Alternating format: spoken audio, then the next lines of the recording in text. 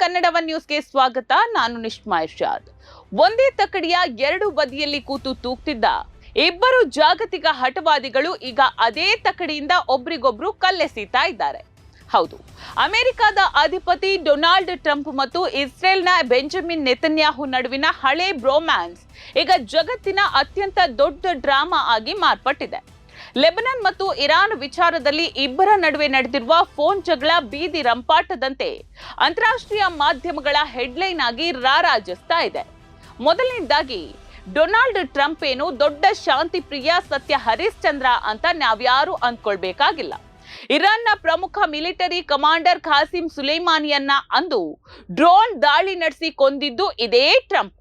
ಹಾಗಿದ್ದಾಗ ಈಗ ಇರಾನ್ ಜೊತೆ ಶಾಂತಿ ಮಾತುಕತೆ ಅಂತ ಟ್ರಂಪ್ ಇಂದು ನಾಟಕ ಆಡ್ತಾ ಇರೋದು ಜಗತ್ತಿನ ಮೇಲಿನ ಮಮತೆಯಿಂದಲ್ಲ, ಬದಲಿಗೆ ಅವರಿಗೆ ಯುದ್ಧಕ್ಕಿಂತಲೂ ತಮ್ಮದೇ ಆದ ವ್ಯಾಪಾರ ಮುಖ್ಯವಾಗಿದೆ.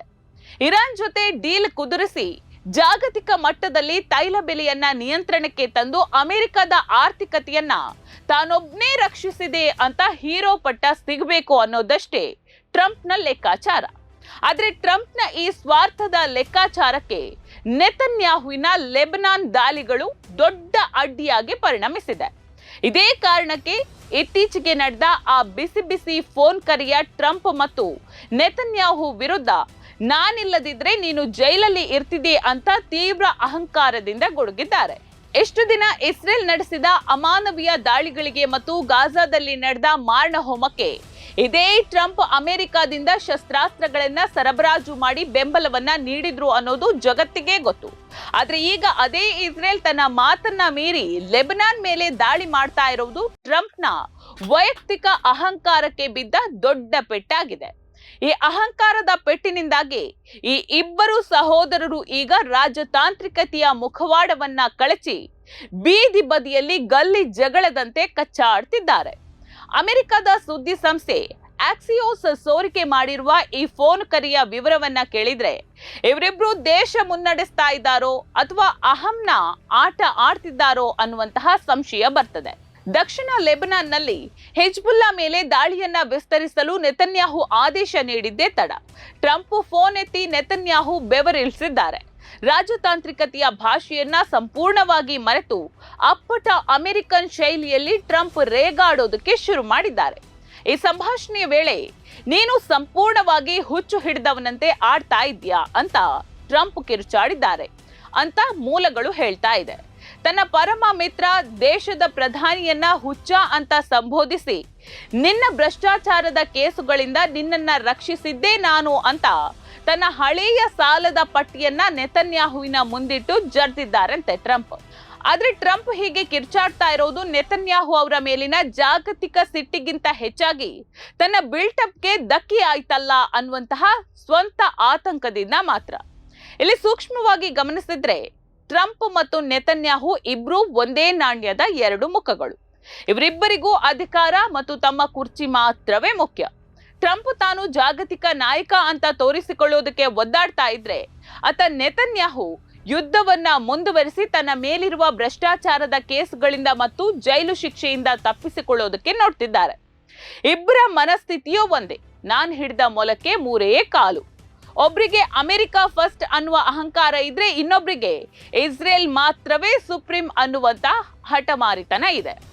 ನಿನ್ನ ಈ ಹುಚ್ಚಾಟದಿಂದಾಗಿ ಇಡೀ ಜಗತ್ತು ನಿನ್ನನ್ನ ದ್ವೇಷಿಸ್ತಾ ಇದೆ. ಅಷ್ಟೇ ಯಾಕೆ ನಿನ್ನಿಂದ ಈಗ ಎಲ್ಲರೂ ಇಸ್ರೇಲ್ ಅನ್ನ ಸಹ ದ್ವೇಷಿಸುವಂತಾಗಿದೆ ಅಂತ ಟ್ರಂಪ್ ಫೋನ್ ನಲ್ಲಿ ನೆತನ್ಯಾಹುವನ್ನ ತರಾಟೆಗೆ ತೆಗೆದುಕೊಂಡಿದ್ದಾರೆ. ಆದ್ರೆ ಟ್ರಂಪ್ಗೆ ಲೆಬನಾನ್ ಜನರ ಮೇಲಿನ ಮಮತೆಯಿಂದ ಕೋಪ ಬಂದಿಲ್ಲ ಅನ್ನುವಂಥದ್ದು ನಾವಿಲ್ಲಿ ಗಮನಿಸಬೇಕು. ಬದಲಿಗೆ ಅವರ ಸ್ವಂತಹ ರಾಜಕೀಯ ಇಮೇಜ್ಗೆ ಅಥವಾ ಮೈಲೇಜ್ಗೆ ಧಕ್ಕೆ ಆಗ್ತಿದೆ ಅನ್ನುವಂತಹ ಆತಂಕ ಇಲ್ಲಿ ಟ್ರಂಪ್ಗೆ ಶುರುವಾಗಿದೆ. ಇರಾನ್ ಜೊತೆ ಕದನ ವಿರಾಮ ಒಪ್ಪಂದ ಮಾಡಿಕೊಂಡು ಹಾರ್ಮುಜ್ ಜಲಸಂಧಿಯನ್ನ ಮುಕ್ತಗೊಳಿಸಿ ಜಗತ್ತಿನ ಮುಂದೆ ತಾನೊಬ್ಬ ಮಹಾ ಶಾಂತಿ ಪ್ರಿಯ ಮಹಾಶಯ ಅಂತ ಪೋಸ್ ಕೊಡೋದಕ್ಕೆ ಟ್ರಂಪ್ ಏನು ಸ್ಕೆಚ್ ಅನ್ನ ಹಾಕೊಂಡಿದ್ರು. ಆದ್ರೆ ನೆತನ್ಯಾಹು ಬೈರೂತ್ ಮೇಲೆ ಬಾಂಬ್ ಹಾಕಿ ಟ್ರಂಪ್ನ ಶಾಂತಿಯ ನಾಟಕದ ಸ್ಕ್ರಿಪ್ಟ್ ಅನ್ನೇ ಕೆಡಿಸಿಬಿಟ್ಟಿದ್ದಾರೆ. ಈ ಇಬ್ಬರ ಜಗಳದ ಮಧ್ಯೆ ಇರಾನ್ ಅತ್ಯಂತ ಚಾಣಾಕ್ಷತನದಿಂದ ದಾಳವನ್ನ ಉರುಳಿಸಿದೆ. ಇಸ್ರೇಲ್ ದಾಳಿಯನ್ನ ನಿಲ್ಲಿಸದಿದ್ರೆ ನಾವು ಅಮೆರಿಕ ಜೊತೆಗಿನ ಯಾವುದೇ ಮಾತುಕತೆಗೆ ಬರುವುದಿಲ್ಲ ಅಂತ ಹೇಳಿಕೆಯನ್ನ ಕೊಟ್ಟಿದೆ. ಇದು ಟ್ರಂಪ್ ಅವರ ಅಹಂಕಾರಕ್ಕೆ ಬಿದ್ದ ಒಂದು ದೊಡ್ಡ ಪೆಟ್ಟಾದ್ರೆ ಆತ ನೆತನ್ಯಾಹು ಮಾತ್ರ ಟ್ರಂಪ್ನ ಅಬ್ಬರಕ್ಕೆ ಕ್ಯಾರಿ ಅಂತ ಇಲ್ಲ. ಯುದ್ಧ ನಿಂತ್ರೆ ಇಸ್ರೇಲ್ ಜನರೇ ತಮ್ಮನ್ನ ಕಿತ್ತೆಸೀತಾರೆ ಅನ್ನುವಂತಹ ಭಯ ನೆತನ್ಯಾಹುವಿಗೆ ಇದೆ. ಹಾಗಾಗಿ ಹಿಜ್ಬುಲ್ಲಾ ದಾಳಿ ಮುಂದುವರಿಸಿದ್ರೆ ನಾವು ಬೈರೂತ್ ಅನ್ನ ಬಿಡೋದಿಲ್ಲ ಅಂತ ಮತ್ತೆ ಯುದ್ಧದ ರಾಗವನ್ನೇ ಹಾಡ್ತಾ ಇದ್ದಾರೆ. ಯಾವ ನೆತನ್ಯಾಹು ಅಮೆರಿಕ ಸಂಸತ್ತಿನಲ್ಲಿ ನಿಂತು ಜಗತ್ತಿಗೆ ಪಾಠ ಮಾಡ್ತಿದ್ನೋ, ಯಾವ ಟ್ರಂಪ್ ಇಸ್ರೇಲ್ ಪರವಾಗಿ ಇಡೀ ಜಗತ್ತನ್ನೇ ಎದುರು ಹಾಕಿಕೊಳ್ತಾ ಇದ್ರೋ, ಇಂದು ಅವರಿಬ್ಬರೇ ಒಬ್ಬರನ್ನೊಬ್ಬರು ಹುಚ್ಚ ಅಂತ ಜಗಳ ಆಡ್ತಾ ಇರೋದು ಇತಿಹಾಸದ ಅತಿ ದೊಡ್ಡ ವ್ಯಂಗ್ಯ ಅಂತಾನೆ ಹೇಳ್ಬೋದು. ಕೊನೆಗೆ ಟ್ರಂಪ್ ಸೋಷಿಯಲ್ ಮೀಡಿಯಾ ಎಕ್ಸ್ ನಲ್ಲಿ ಎರಡೂ ಕಡೆಯವರು ದಾಳಿ ನಿಲ್ಲಿಸೋದಕ್ಕೆ ಒಪ್ಪಿದ್ದಾರೆ ಅಂತ ತೇಪೆ ಹಚ್ಚುವಂತಹ ಕೆಲಸ ಮಾಡಿದ್ದಾರೆ. ಆದ್ರೂ ಕೂಡ ಒಳಗೆ ಬಿದ್ದಿರುವಂತಹ ಬಿರುಕು ಅಷ್ಟು ಬೇಗ ಮುಚ್ಚುವಂತದ್ದಲ್ಲ.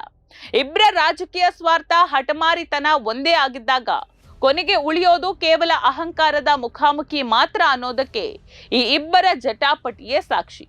ನೋಡ್ತಾ ಇರಿ ಸಮ ಸಮಾಜಕ್ಕಾಗಿ ಕನ್ನಡ ಒನ್ ನ್ಯೂಸ್. ನಮಸ್ಕಾರ.